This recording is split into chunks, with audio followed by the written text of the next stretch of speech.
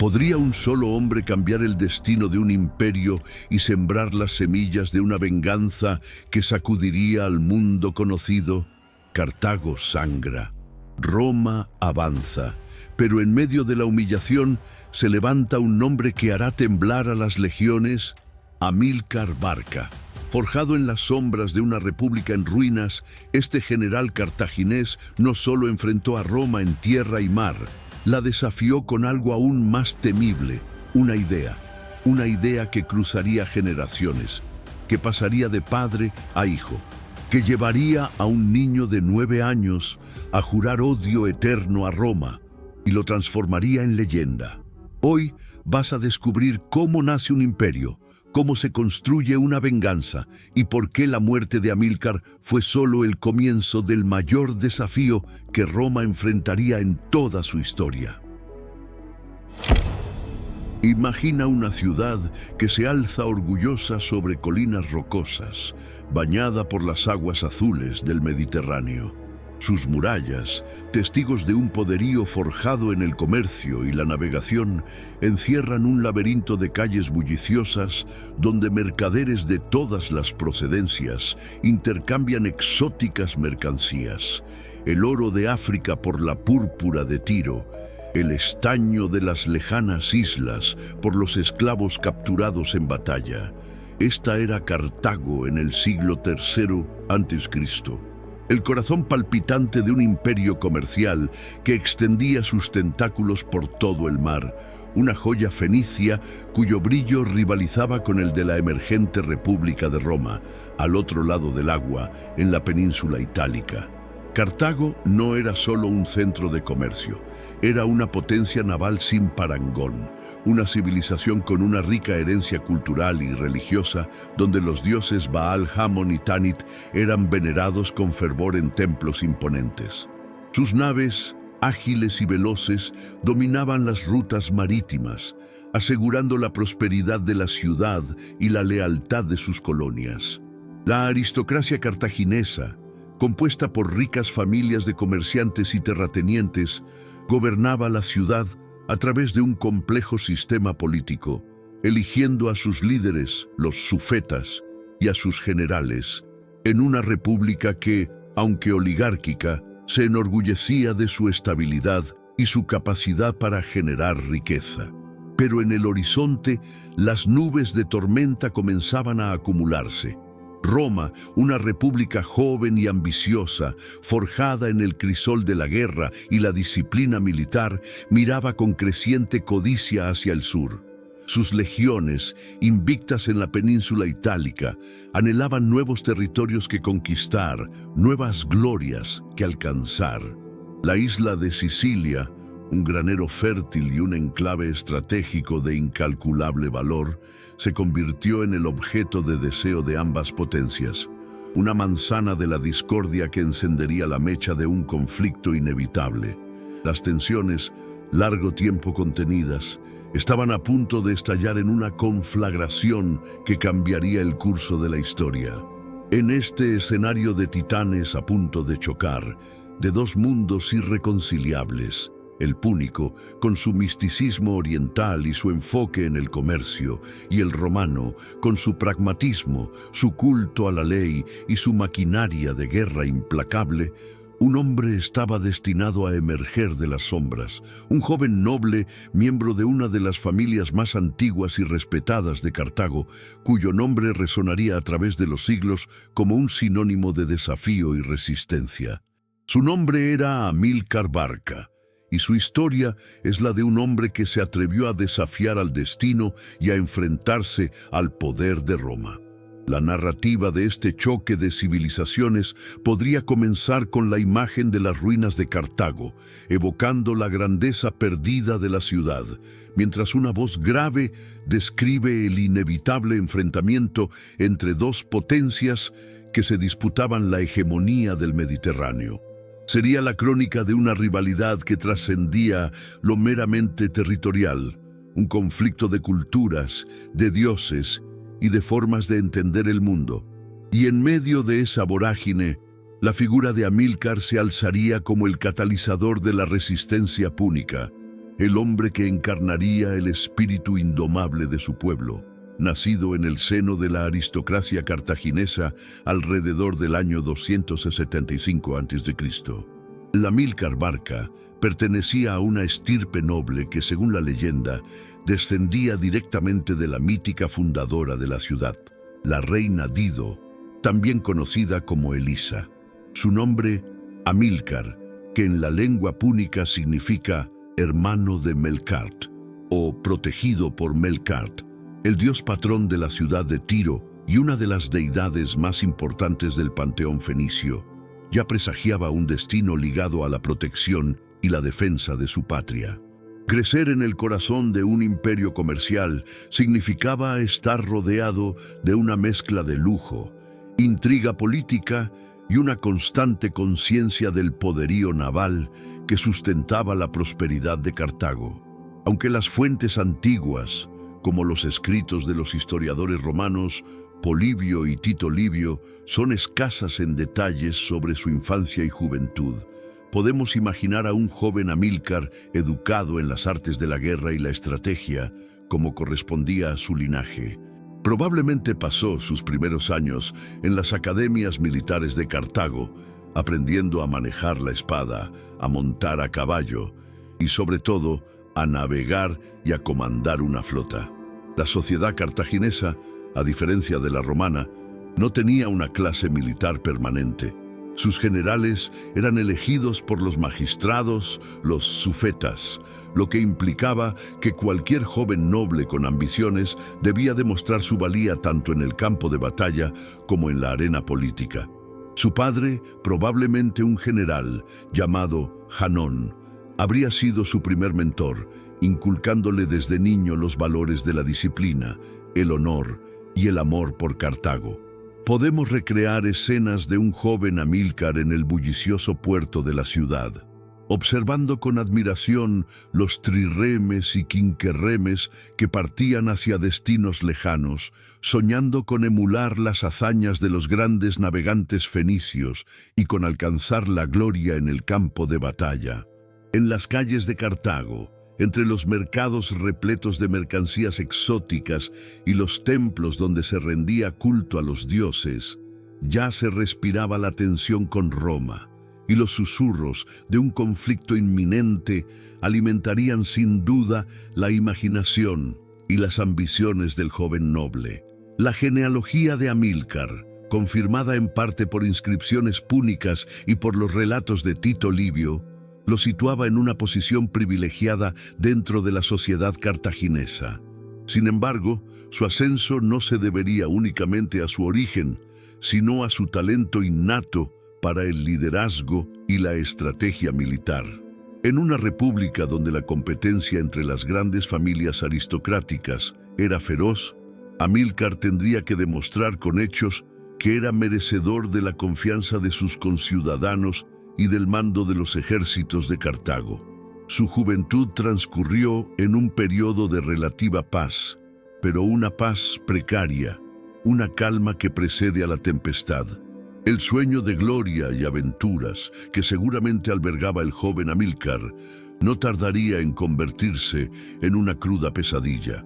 La creciente rivalidad con Roma por el control de Sicilia, una isla de vital importancia estratégica, estaba a punto de desembocar en una guerra a gran escala, un conflicto que pondría a prueba la resistencia de Cartago y que forjaría el carácter indomable de su futuro líder. La primera guerra púnica estaba a punto de estallar, y Amílcar Barca sería uno de sus principales protagonistas. El año 264 a.C.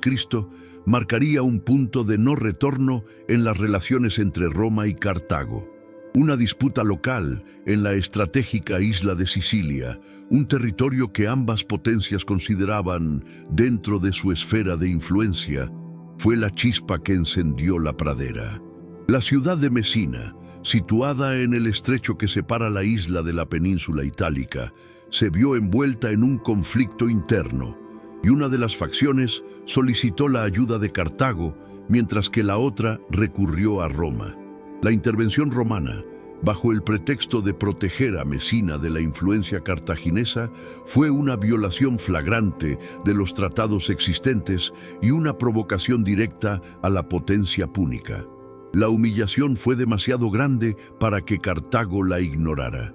La República, orgullosa de su dominio naval y de su imperio comercial, no podía permitir que Roma le arrebatara una posición tan estratégica. La declaración de guerra fue inevitable. En Cartago, la noticia de que las legiones romanas habían cruzado el estrecho y desembarcado en Sicilia provocó una mezcla de pánico e indignación. Para Amílcar, que por entonces era un joven oficial naval de entre 20 y 30 años, este fue el momento de la verdad, la oportunidad de demostrar su lealtad y su valía. Podemos imaginarlo en un templo dedicado a Tanit, la diosa celestial, jurando defender a su patria hasta la muerte. La primera guerra púnica fue, en sus inicios, un conflicto eminentemente naval. Cartago, con su larga tradición marítima y su experimentada flota, partía con una clara ventaja.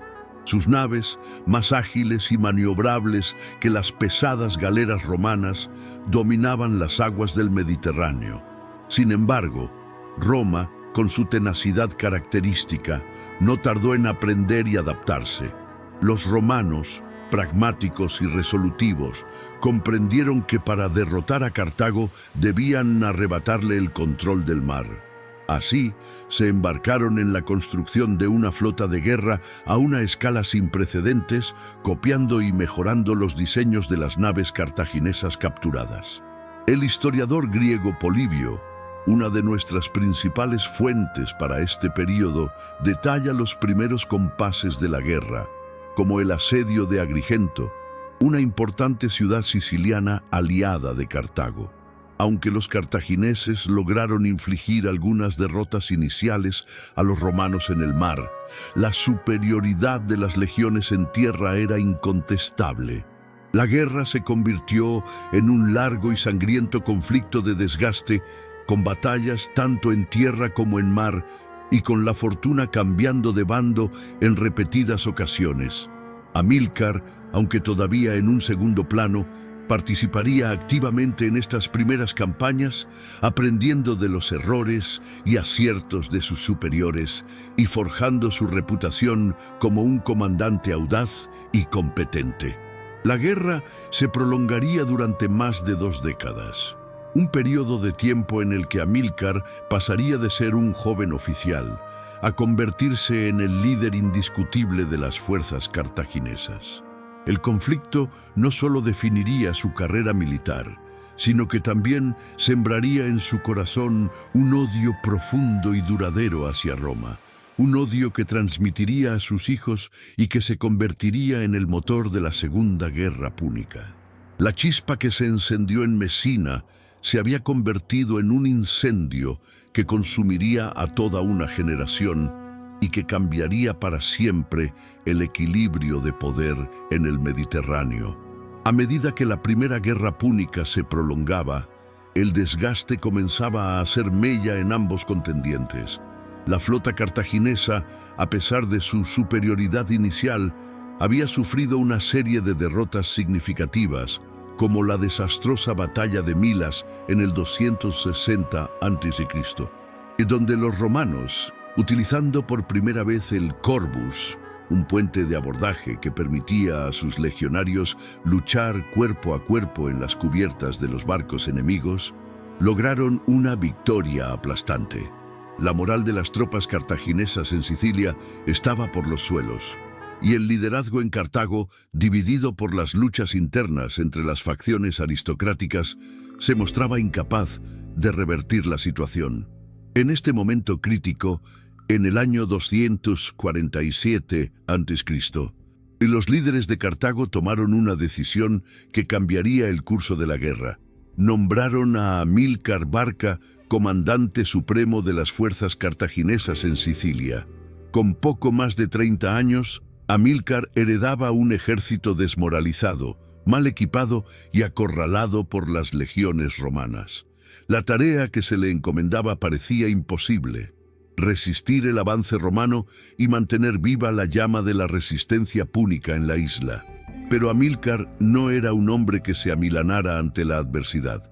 Su primera acción como comandante en jefe fue una demostración de la audacia y el genio táctico que lo caracterizarían durante toda su carrera. En lugar de esperar el ataque romano, Amílcar tomó la iniciativa. Al amparo de la noche, lideró una incursión sorpresa contra el campamento romano en las afueras de Palermo. Con un contingente de 10.000 hombres, se deslizó sigilosamente entre las líneas enemigas, sembrando el caos y la confusión en las filas romanas. La imagen de Amílcar liderando a sus hombres bajo la luna siciliana, con sus espadas brillando como estrellas caídas, se convertiría en una leyenda entre sus tropas. Este audaz golpe de mano, aunque no tuvo un resultado estratégico decisivo, tuvo un impacto psicológico inmenso. Elevó la moral de sus hombres, que volvieron a creer en la victoria, y le granjeó el respeto y la admiración de sus enemigos. Los historiadores romanos, como Tito Livio y Polibio, no dudan en elogiar la audacia de Amílcar, contrastándola con la pasividad y la incompetencia de los generales que lo habían precedido. Amílcar había demostrado que, a pesar de la superioridad numérica y logística de los romanos, un comandante astuto y decidido podía infligirles graves daños. Con esta primera victoria, Amílcar se consolidó como el líder indiscutible del ejército cartaginés en Sicilia. Su nombramiento marcó un punto de inflexión en la guerra. A partir de ese momento, la resistencia púnica en la isla se volvería mucho más tenaz y efectiva. Amílcar abandonaría las tácticas convencionales y adoptaría una estrategia de guerra de guerrillas, aprovechando el terreno montañoso de la isla para hostigar a las legiones romanas y evitar las batallas a campo abierto, donde la superioridad de la infantería romana era abrumadora. Pero sería en el mar, el elemento natural de los cartagineses, donde Amílcar demostraría su verdadero genio como estratega. Tras consolidar su posición como comandante en Sicilia, Amílcar Barca centró su atención en el mar, el escenario donde Cartago había forjado su imperio y donde aún podía aspirar a la victoria. Comprendió que para derrotar a Roma no bastaba con resistir en tierra. Era necesario arrebatarle el control de las rutas marítimas que abastecían a sus legiones en la isla. Con una energía inagotable y una visión estratégica clara, se dedicó a transformar la desmoralizada marina cartaginesa en una fuerza de combate letal, capaz de desafiar el poderío naval de Roma. Amílcar introdujo una serie de innovaciones tácticas que revolucionarían la guerra en el mar. Entrenó a sus tripulaciones para que realizaran maniobras más rápidas y coordinadas, aprovechando la agilidad de las naves púnicas. Fomentó el uso de tácticas de emboscada, utilizando la geografía costera de Sicilia para sorprender a las flotas romanas. Sus naves, tripuladas por marineros fenicios experimentados, capaces de interpretar las corrientes y los vientos como ningún otro, se convirtieron en una pesadilla para las pesadas y lentas galeras romanas, diseñadas más para el abordaje que para la maniobra. El año 246 a.C. fue testigo de una de las victorias navales más espectaculares de Amílcar. Cerca de la ciudad de Himera, en la costa norte de Sicilia, la flota cartaginesa, bajo el mando personal de Amílcar, tendió una emboscada a una escuadra romana que transportaba suministros. La batalla fue un caos de gritos, flechas y el estruendo de los espolones al chocar contra los cascos de madera. Desde el puente de su nave insignia, Amílcar dirigía la batalla con una calma imperturbable, gritando órdenes que se transmitían de barco en barco, por Cartago y por Melcar. El resultado fue una victoria aplastante. Decenas de quinquerremes romanos fueron hundidos o capturados, y la ruta de abastecimiento de las legiones quedó temporalmente cortada. Esta victoria, y otras que le siguieron, tuvieron un profundo impacto en la estrategia romana, obligaron a Roma a desviar recursos y a centrar sus esfuerzos en la guerra terrestre, donde su superioridad era más evidente. Amílcar se había convertido en el señor de las olas, un comandante naval temido y respetado que había devuelto a Cartago el orgullo y la confianza en su poderío marítimo. Polibio, en sus escritos, describe con admiración las innovadoras tácticas de Amílcar, como las emboscadas costeras y los ataques por sorpresa, que demostraban un profundo conocimiento del arte de la guerra naval. Sin embargo, a pesar de sus brillantes victorias en el mar, Amílcar sabía que la guerra no se decidiría únicamente en las aguas del Mediterráneo. La tenacidad de Roma era legendaria, y sus legiones seguían controlando la mayor parte del territorio siciliano. La guerra entraba en una nueva fase, una fase de desgaste en la que la resistencia en tierra firme sería tan importante como el dominio del mar. La escarpada y montañosa geografía de Sicilia se convertiría en el nuevo campo de batalla, un escenario donde la resiliencia y la astucia de Amílcar serían puestas a prueba hasta el límite. Consciente de que no podía derrotar a las disciplinadas legiones romanas en una batalla campal, Amílcar Barca transformó la guerra en Sicilia en un laberinto de emboscadas, asaltos y retiradas. Entre los años 247 y 241 a.C., se convirtió en un maestro de la guerra de guerrillas, una estrategia que desgastaría al enemigo y minaría su moral sin arriesgar sus propias fuerzas en enfrentamientos directos. El terreno montañoso y boscoso de la isla se convirtió en su mejor aliado, un tablero de ajedrez donde movía sus piezas con una astucia felina, convirtiendo cada colina y cada desfiladero en una trampa mortal para los romanos. Mientras Roma avanzaba con la fuerza bruta de un toro, embistiendo con sus poderosas legiones, Amílcar danzaba a su alrededor como una pantera, golpeando en los puntos débiles y desapareciendo en las sombras antes de que el enemigo pudiera reaccionar. Sus ataques eran rápidos, precisos y letales. Organizaba incursiones nocturnas para saquear los convoyes de suministros romanos, privándolos de víveres y equipo. Lanzaba emboscadas desde las alturas, haciendo llover una lluvia de proyectiles sobre las columnas romanas en marcha. Su objetivo no era aniquilar al enemigo, sino agotarlo, desmoralizarlo y hacerle sangrar lentamente hasta la muerte. Uno de los episodios más emblemáticos de esta guerra de desgaste fue la defensa del monte Ercte, o Heirte, una fortaleza natural cerca de Palermo. Durante casi 3 años, Amílcar y su ejército de 15. Esos 8 hombres resistieron el asedio romano, soportando el hambre, las enfermedades y los constantes ataques del enemigo. Desde esta posición inexpugnable, lanzaba incursiones constantes contra las líneas romanas, manteniendo en jaque a un ejército muy superior en número. La tenacidad de Amílcar en el monte Ercte se convirtió en una leyenda, un símbolo de la resistencia indomable de Cartago. La estrategia de Amílcar no solo fue brillante desde el punto de vista militar, sino también desde el político. Al mantener a su ejército intacto y operativo, impedía que Roma pudiera declarar una victoria total en Sicilia. Cada día que pasaba, el coste de la guerra para Roma aumentaba, tanto en hombres como en recursos. La persistencia de Amílcar se convirtió en un problema cada vez más grave para el Senado romano, que veía cómo sus legiones se desangraban en una guerra interminable contra un enemigo invisible y escurridizo. La guerra de sombras de Amílcar estaba llevando a Roma al límite de su resistencia. Sin embargo, a pesar de su genio y su tenacidad, Amílcar no podía cambiar el curso de la guerra por sí solo. La superioridad naval de Roma, consolidada tras la batalla de las Islas Egadas, y su inagotable capacidad para reclutar nuevas legiones, acabarían por inclinar la balanza a su favor. La paz, cuando finalmente llegó, no sería el resultado de una victoria cartaginesa, sino del agotamiento de ambos contendientes. Y para Amílcar, esa paz tendría el sabor amargo de la derrota y la humillación.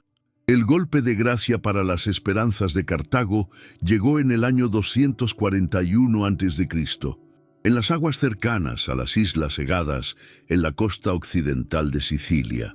Una flota romana, reconstruida una vez más con un esfuerzo titánico, interceptó y aniquiló a la flota cartaginesa que intentaba llevar suministros al ejército de Amílcar. La derrota fue total y decisiva.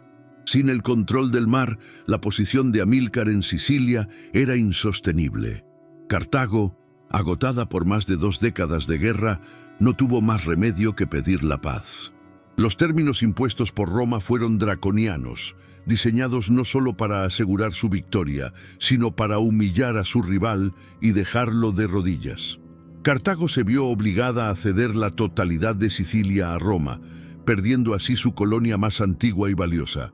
Además, tuvo que pagar una indemnización de guerra de 3.200 talentos de plata, una suma astronómica que dejaría vacías las arcas de la República Púnica.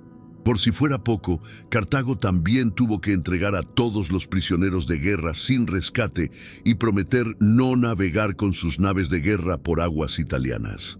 Para Amílcar, que había luchado con tanto coraje y tenacidad, la noticia del Tratado de Paz fue un golpe devastador. Se sintió traicionado por los líderes de Cartago, a quienes consideraba unos cobardes y unos incompetentes por haber aceptado unas condiciones tan humillantes.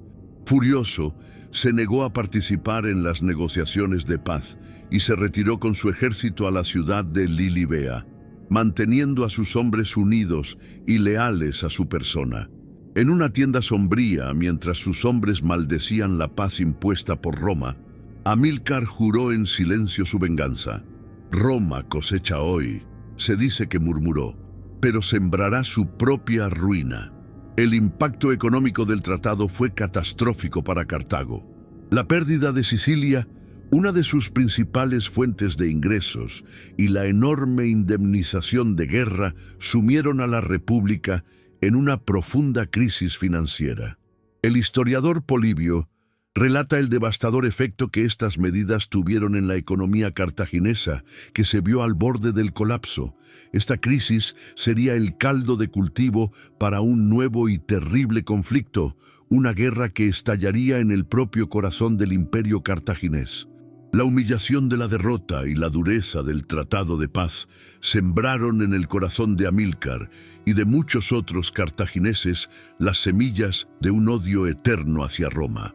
La primera guerra púnica había terminado, pero la paz no sería más que una tregua, un breve respiro antes de la siguiente y aún más terrible confrontación. La venganza de Amílcar apenas había comenzado a gestarse, y el mundo antiguo no tardaría en volver a temblar ante el choque de los dos titanes.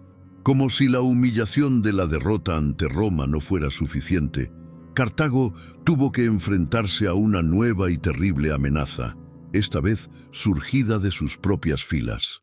El ejército cartaginés, compuesto en su mayor parte por mercenarios de diversas nacionalidades, libios, númidas, galos, íberos, baleares, no había recibido la paga prometida por sus servicios en Sicilia. La crisis financiera en la que se encontraba la República impidió al gobierno cumplir con sus obligaciones, y el descontento entre los soldados no tardó en estallar.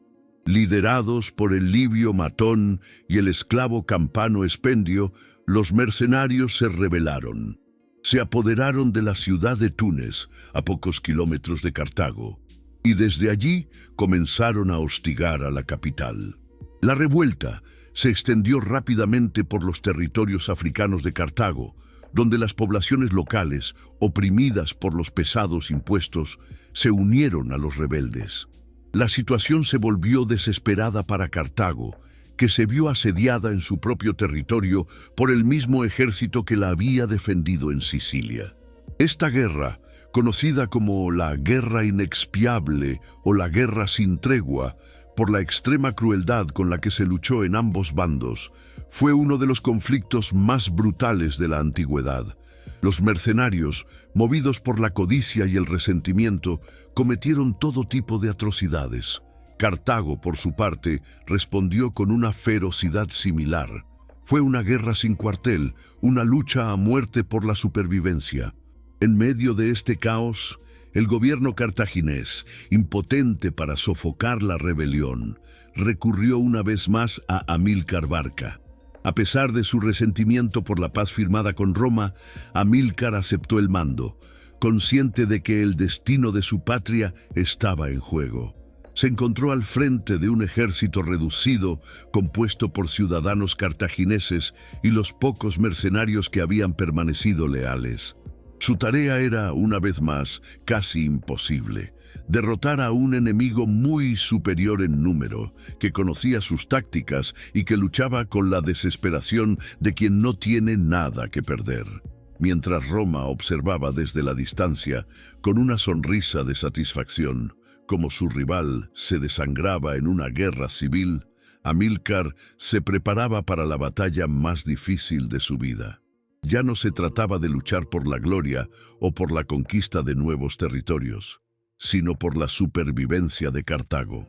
La guerra contra los mercenarios pondría a prueba no solo su genio militar, sino también su capacidad para inspirar a sus hombres y para unir a una nación dividida por el miedo y la desesperación. Frente a un enemigo que superaba con creces a sus propias fuerzas, Amílcar Barca demostró una vez más por qué era considerado uno de los más grandes estrategas de su tiempo. Con un ejército de apenas 10.000 ciudadanos cartagineses leales, sabía que un enfrentamiento directo contra los 70,000 mercenarios rebeldes sería un suicidio.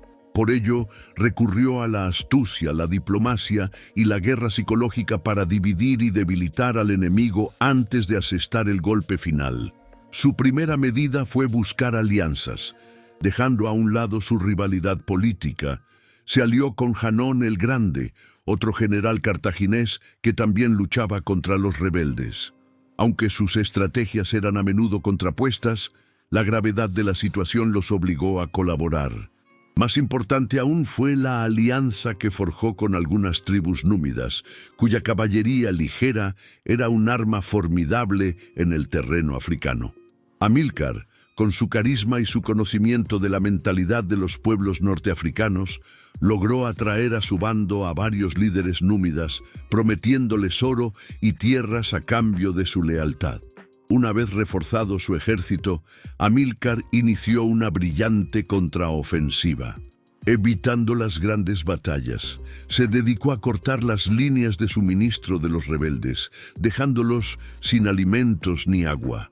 Liberó las ciudades de Útica e Hippo, que se encontraban sitiadas por los mercenarios, y comenzó a recuperar el control del territorio. Sus movimientos eran rápidos e impredecibles, sembrando la confusión y el desconcierto en las filas enemigas. Pero el arma más poderosa de Amílcar fue la propaganda. En las oscuras noches del desierto se infiltraba en los campamentos rebeldes, no para luchar, sino para hablar. Susurraba promesas de perdón y de oro a los oídos de los mercenarios, explotando las divisiones y las rivalidades que existían entre ellos. Ofrecía la libertad a los esclavos que se unieran a su causa y generosas recompensas a los que traicionaran a sus líderes. Poco a poco, la moral de los rebeldes comenzó a resquebrajarse. Las deserciones se multiplicaron y la desconfianza se instaló en el corazón del ejército mercenario. El historiador Livius.org detalla con precisión estas alianzas tácticas y estas operaciones de guerra psicológica, que demuestran la genialidad de Amílcar no solo como militar, sino también como político y diplomático. Amílcar estaba desmantelando al ejército rebelde desde dentro, sin necesidad de librar una gran batalla. Estaba preparando el terreno para el golpe de gracia, un golpe que sería tan brutal como definitivo. El clímax de la guerra sin tregua se acercaba y tendría lugar en un desfiladero mortal, un lugar que pasaría a la historia como el escenario de una de las mayores masacres de la antigüedad. El genio estratégico de Amílcar Barca alcanzó su cenit en la Batalla de la Sierra, un enfrentamiento que no solo decidiría el destino de la guerra de los mercenarios, sino que también quedaría grabado en los anales de la historia militar como un ejemplo magistral de cómo la astucia puede triunfar sobre la fuerza bruta. Tras meses de hostigamiento y guerra psicológica, Amílcar había logrado acorralar al grueso del ejército rebelde, unos 40. Cero hombres, liderados por Expendio, en un desfiladero rocoso conocido simplemente como La Sierra.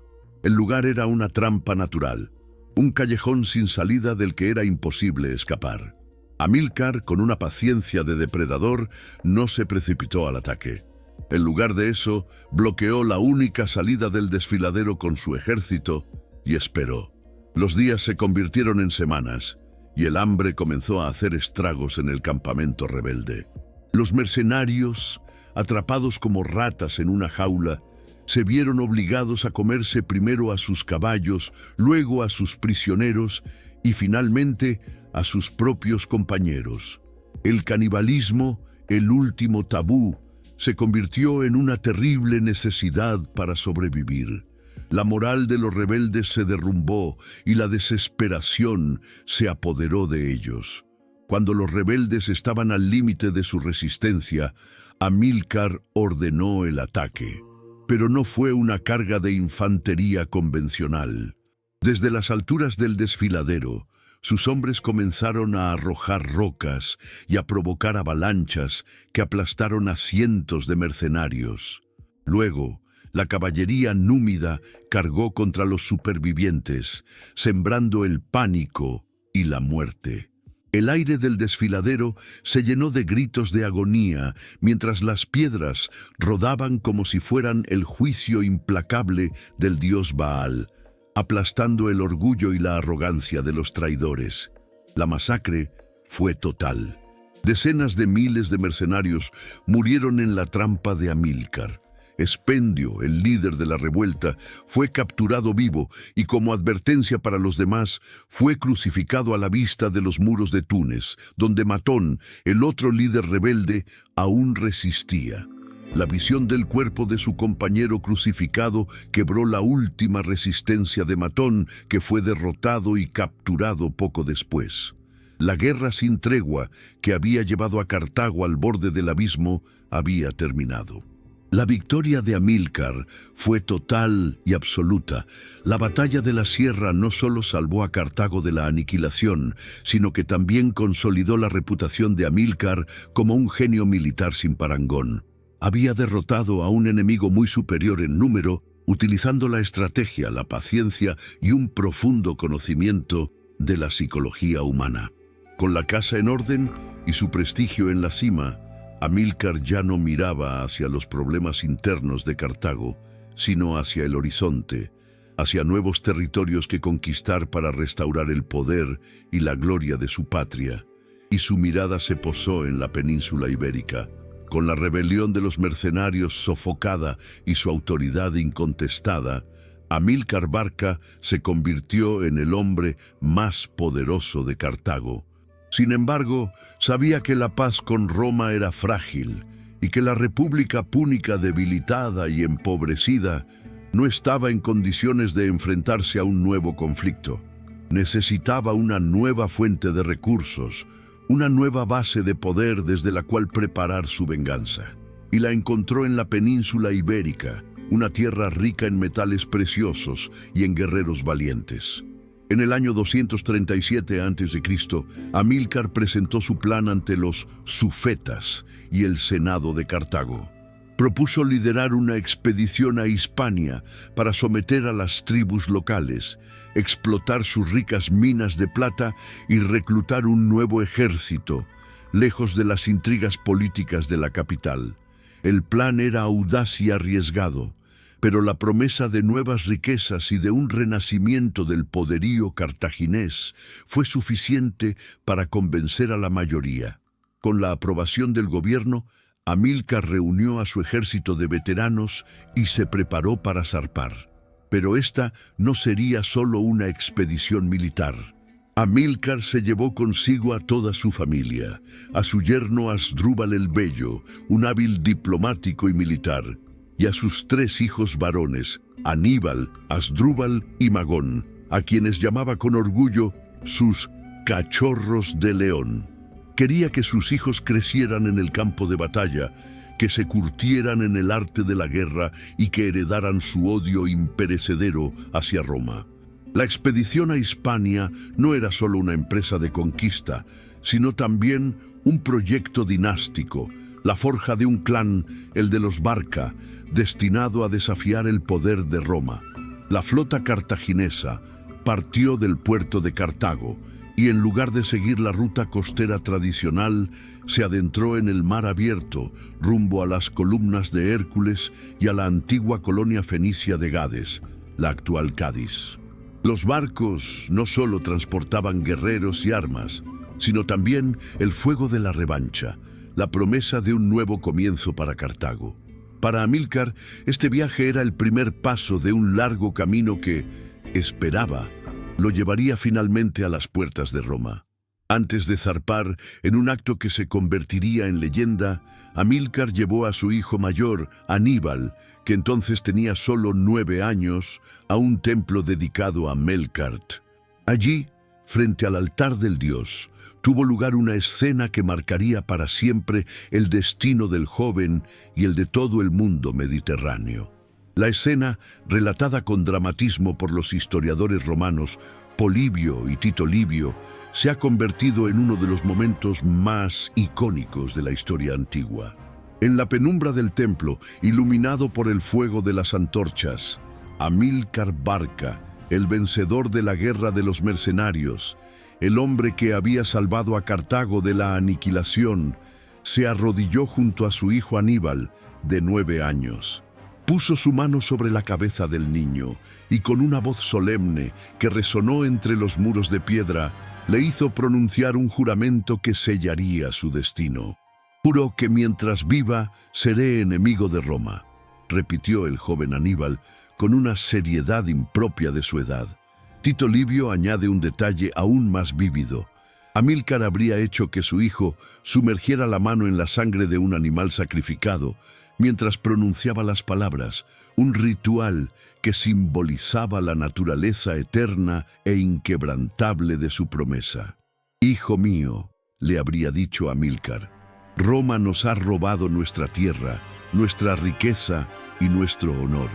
Te criaré como un león, para que un día la hagas pagar por todo el daño que nos ha hecho». ¿Fue este juramento un hecho histórico o una leyenda creada posteriormente para explicar el odio inextinguible de Aníbal hacia Roma? Los historiadores debaten sobre su veracidad, pero tanto Polibio como Tito Livio, a pesar de ser romanos, lo presentan como un hecho cierto. Para ellos, este juramento era la clave para entender la Segunda Guerra Púnica, un conflicto que no fue solo una lucha por el poder y el territorio, sino la culminación de una venganza personal, una vendetta familiar que se transmitió de padre a hijo. Independientemente de su veracidad literal, el juramento de Aníbal simboliza a la perfección el espíritu de la familia Barca y el proyecto político de Amílcar en Hispania. La conquista de la península ibérica no era un fin en sí mismo, sino un medio para un fin mucho más ambicioso: la destrucción de Roma. Amílcar estaba forjando un ejército y un imperio en Hispania con el único propósito de reanudar la guerra contra su odiado enemigo, y quería asegurarse de que, si él no vivía para verlo, su hijo continuaría su obra. La imagen del niño Aníbal, jurando odio eterno a Roma frente a su padre, es una de las más poderosas de la antigüedad. Es el comienzo de una de las mayores epopeyas de la historia de un hombre que dedicaría toda su vida a cumplir el juramento que hizo en su infancia, un hombre que llevaría a sus elefantes a través de los Alpes y que pondría a la mismísima Roma de rodillas. La venganza de Amílcar había comenzado a materializarse y su hijo Aníbal sería el instrumento de su ejecución. Una vez establecido en Gades, Amílcar Barca no perdió el tiempo. Inició una serie de campañas militares para someter a las tribus íberas del sur de la península. Su ejército, compuesto por veteranos de las guerras de Sicilia y de los mercenarios, y reforzado con nuevos reclutas locales, era una máquina de guerra formidable. Pero Amílcar no confiaba únicamente en la fuerza de las armas. También utilizó la diplomacia, la astucia y el terror para lograr sus objetivos. Las primeras tribus en sentir el peso del poder cartaginés fueron los turdetanos y los tartesios, pueblos asentados en el fértil valle del Guadalquivir, una región rica en agricultura y metales. Amílcar combinó las cargas de su temible infantería libia con la velocidad y la agilidad de la caballería númida, una táctica que resultaba devastadora contra los feroces pero desorganizados guerreros íberos. En las polvorientas llanuras de Andalucía, los elefantes de guerra cartagineses, una visión aterradora para quienes nunca los habían visto, pisoteaban las líneas enemigas, sembrando el pánico y la muerte. Pero Amílcar no era solo un conquistador, sino también un hábil político. Sabía que para construir un imperio duradero en Hispania necesitaba la colaboración de las élites locales. Por ello, estableció alianzas con algunos líderes tribales, ofreciéndoles protección, riquezas y participación en el poder a cambio de su lealtad. Para sellar estas alianzas, no dudó en utilizar los lazos familiares. Casó a una de sus hijas con un importante caudillo íbero, creando así un vínculo de sangre que aseguraba su fidelidad. La conquista de la península ibérica no fue, sin embargo, un paseo militar.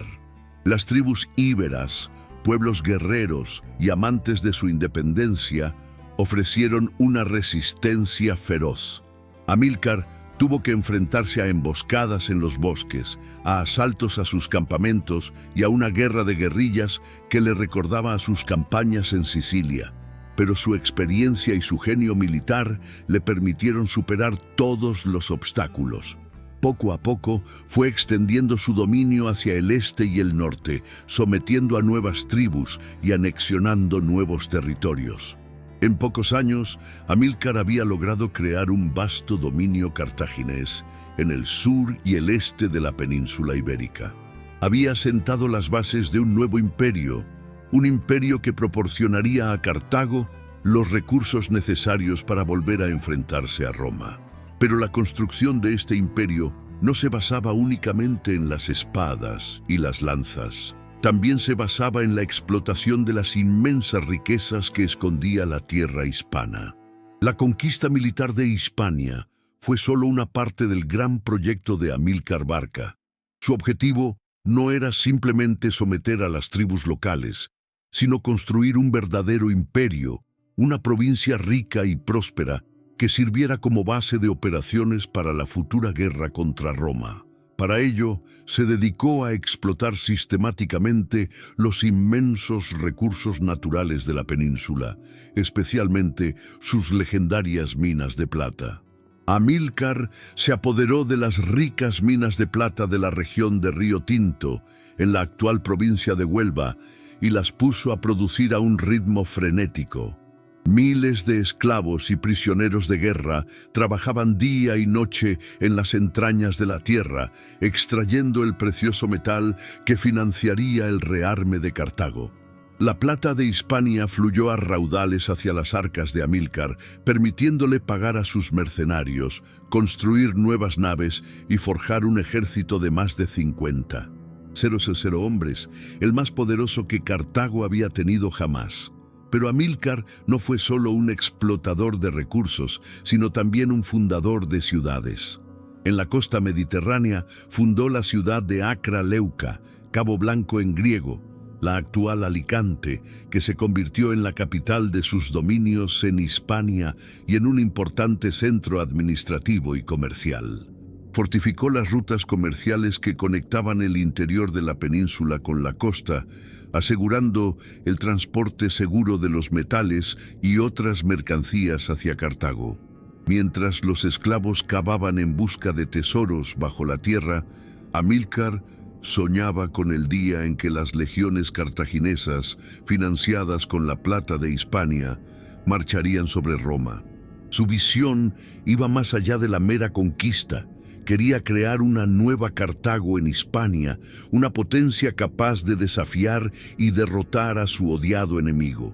Los hallazgos arqueológicos y los relatos de historiadores como Livius.org confirman la prosperidad económica que alcanzaron los dominios de Amílcar en la península.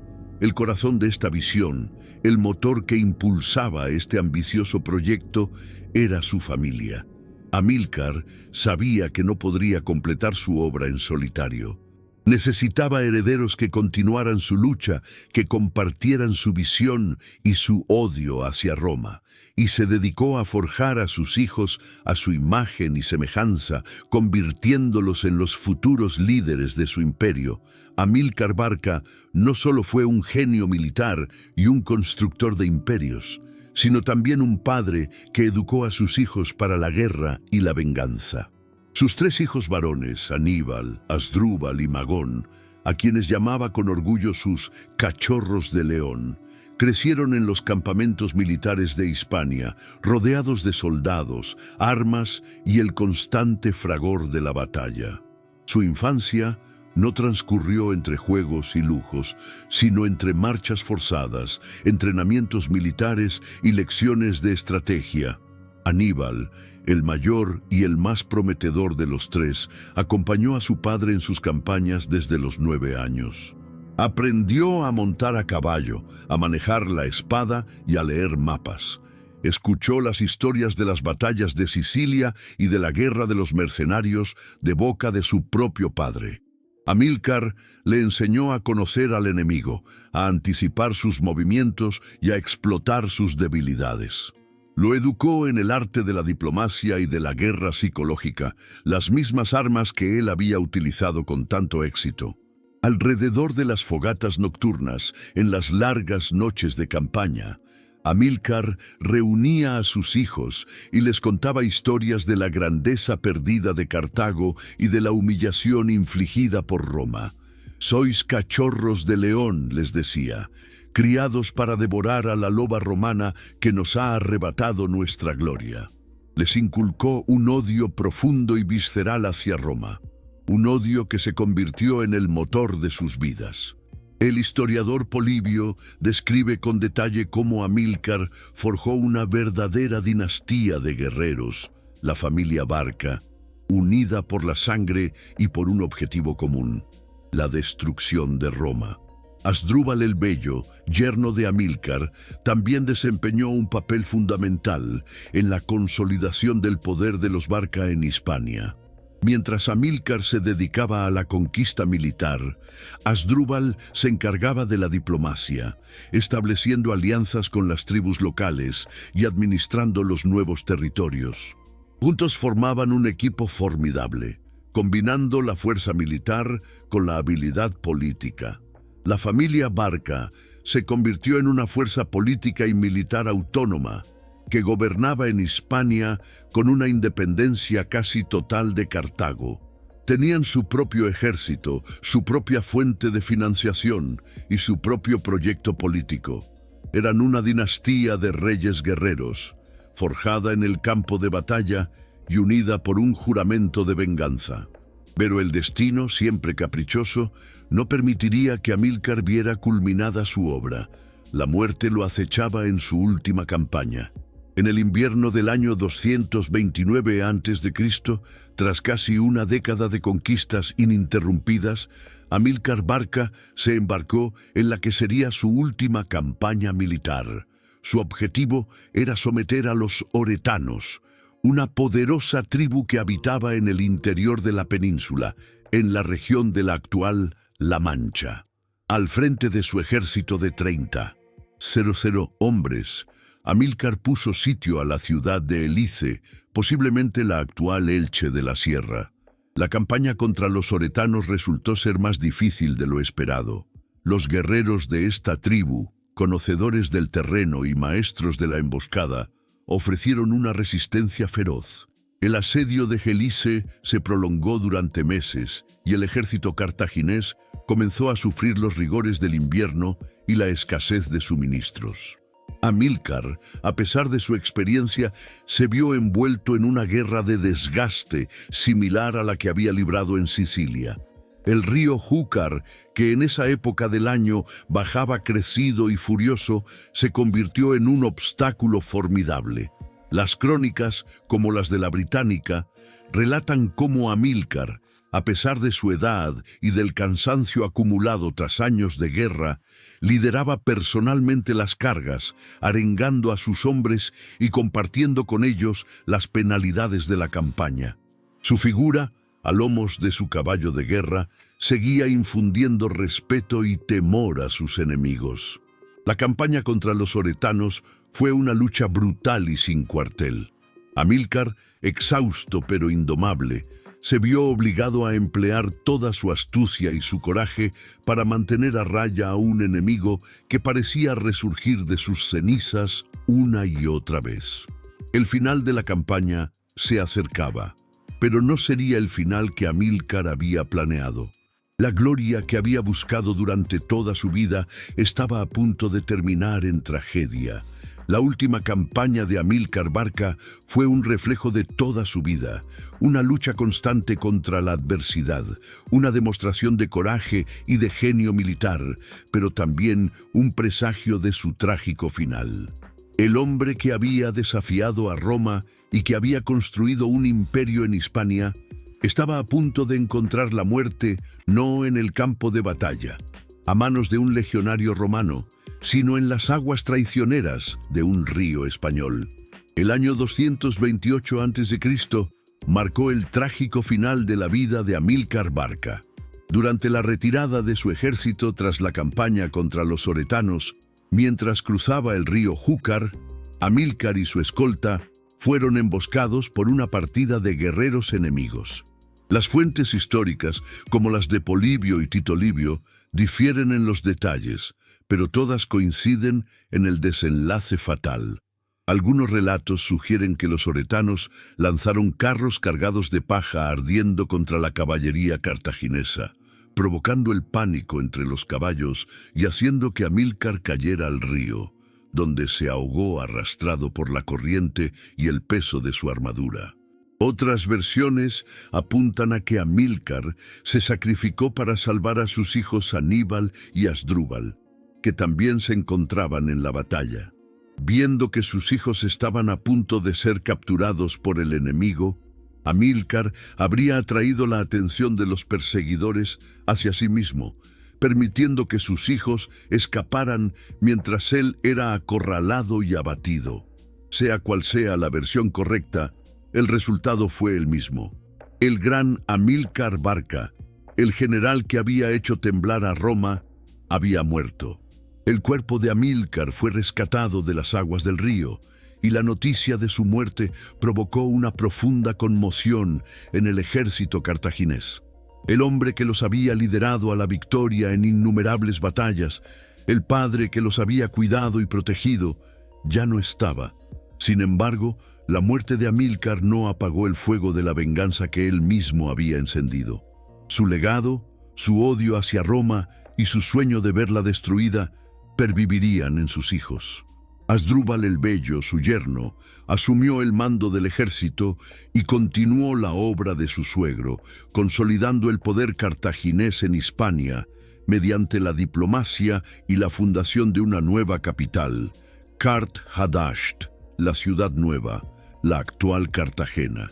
Y tras la muerte de Asdrúbal, asesinado por un esclavo, el ejército aclamó como su líder a un joven de apenas 26 años, un joven que había heredado el genio militar de su padre y su odio inextinguible hacia Roma, Aníbal Barca. La muerte de Amílcar en las aguas traicioneras del Júcar fue el fin de un gigante, pero también el comienzo de una leyenda.